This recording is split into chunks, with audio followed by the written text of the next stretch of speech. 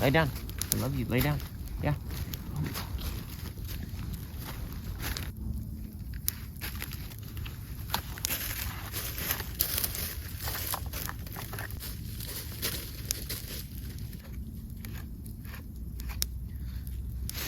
Hello YouTube, I'm back with another video, and this is really just going to be another yap session just to get more content, because I'm working on some really decent content that's going to be edited. I got a great friend of mine from California that said he would help me edit. I very much appreciate that. Excuse my dog walking in front of our fire here, but I really just wanted to talk about this bushcraft stuff, being in the outdoors, learning these things to survive out here. That's really what I want to yap about. Max, go. As you can see, I'm in my desert night camouflage. I love this camouflage. It's so cool to me. Obviously got the old woodland. Got my Alice gear, as you can probably see here. Brought an extra axe for more wood cutting, but I got my other axe back in my pack. We'll get into my Alice pack later on in the future. And then obviously I got my M16A4 clone right here with me. But so, you know, I'm new to this whole outdoors stuff. Now, mind you, I'm living on the same piece of land I have lived at for my entire life. I don't live with my parents still, but I live on the same property as them in the land we have. It's not a lot, but it's enough to, you know, it's nice out here, being out in the country.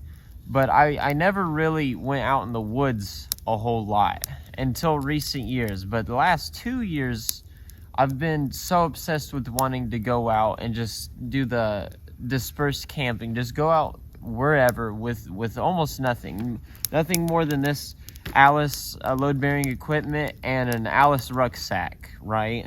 And just going out there surviving with what I have on me. There's something very beautiful about it, and to me,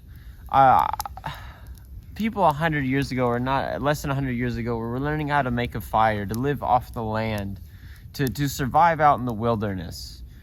But with modern society, we don't need that anymore. Majority of people will never do this. They will do this with a camper, with an RV, and go camping. Now, I'm not saying there's nothing wrong with that, because that's still, I would still say that'd be pretty fun to do. But for me, this is, I can't just half-ass something. And in my head, and to the standard I hold myself in, is that if I'm going to get into camping, I got to go into camping. I have to do every sort of type of camping. And this is the purest form of camping, being out here. Now, mind you, I'm not exactly camping. I'm out here to make a video for you guys.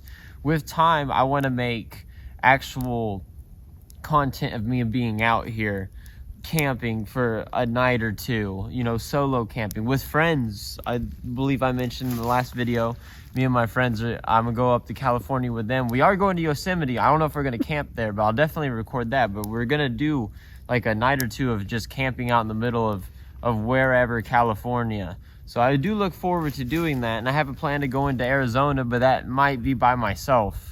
So a lot of planning is needed for this. But like I said, I'm new to this. I don't know a whole lot, and I'm trying to gain this experience of doing this stuff out here. Excuse me while I get a drink. So men 100 years ago, or less or more so, really had to do these things to survive. And I tell myself, why shouldn't I learn these things as well? And it's not just that, feeling I'm lesser of a man because of the men of the past, but I genuinely have fun doing these things. This is one of the things that I don't think I'll ever get old of or ever get tired of. I love a lot of other things like basketball, and I have other hobbies. Like, that's just one good example I can think of, or even running. But over time, I kind of just start hating it if I'm doing it too much. But this kind of stuff, like, I'm not gonna lie, there's days I'm too tired and I don't want to get out here, but I still do, and I'm glad every time I do. Let's be honest, if we all relied on motivation, humans would not do great things, because it wouldn't be a consistent act. So I'm starting to consistently get out here and learn these things. And mind you, this is really, there's so much to this. There's water and being able to purify, which I have stuff in here for that we'll get into. with time, right?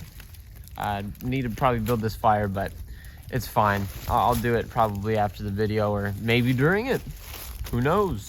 Anyways, so I know I've probably said this 100 times now, but I just really want to get into this. But this stuff is dangerous. Being out here by yourself is scary. Even with a dog or even with other people, there's a lot of dangers. And I think most people maybe they don't worry about it too much. Maybe I don't see it within them in these videos people do, but a lot of things can go wrong. And you can have planned to be out here a night or two and have had to survive because of the weather or other factors have played into. And mind you, like I said, going to California, I can't just take a firearm into California. I'm not from California. I can't just take a gun out there in the event there's a bear or a mountain lion. Oh hell, maybe a lynx. I don't know if they have lynx over there. They might have bobcats, but you get the point, right? They got some big animals over there. We don't have as many bears over here in Missouri, and we got some mountain lions.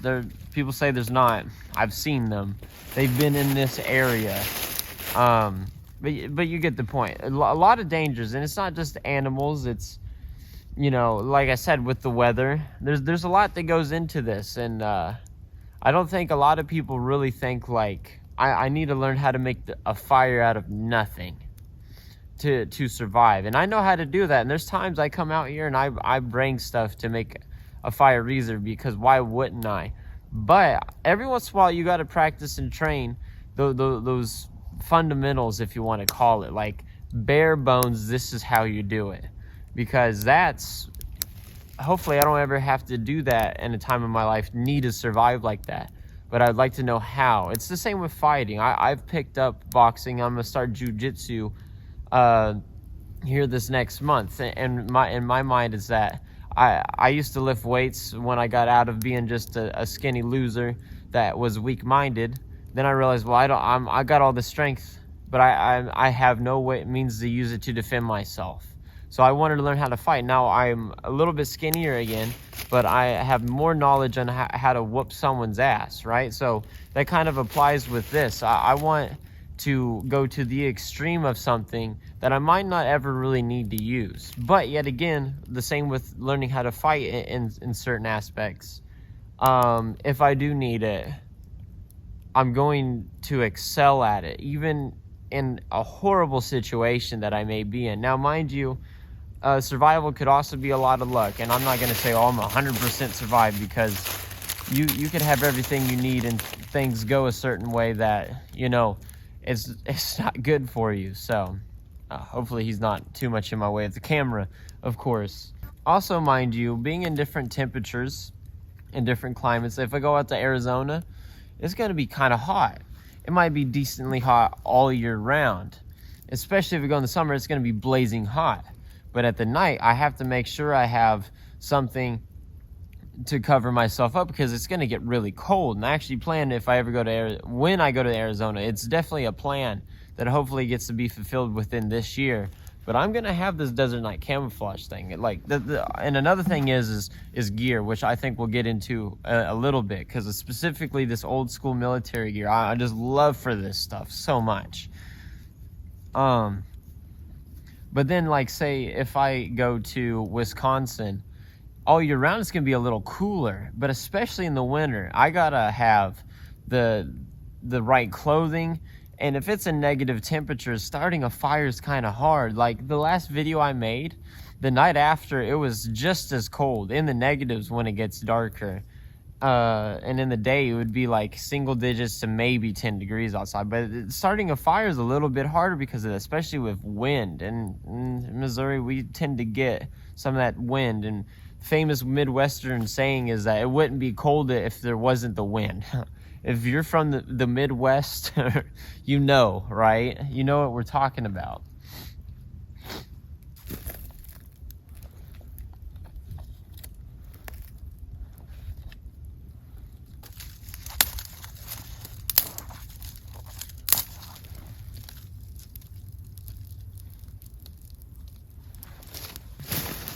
All right.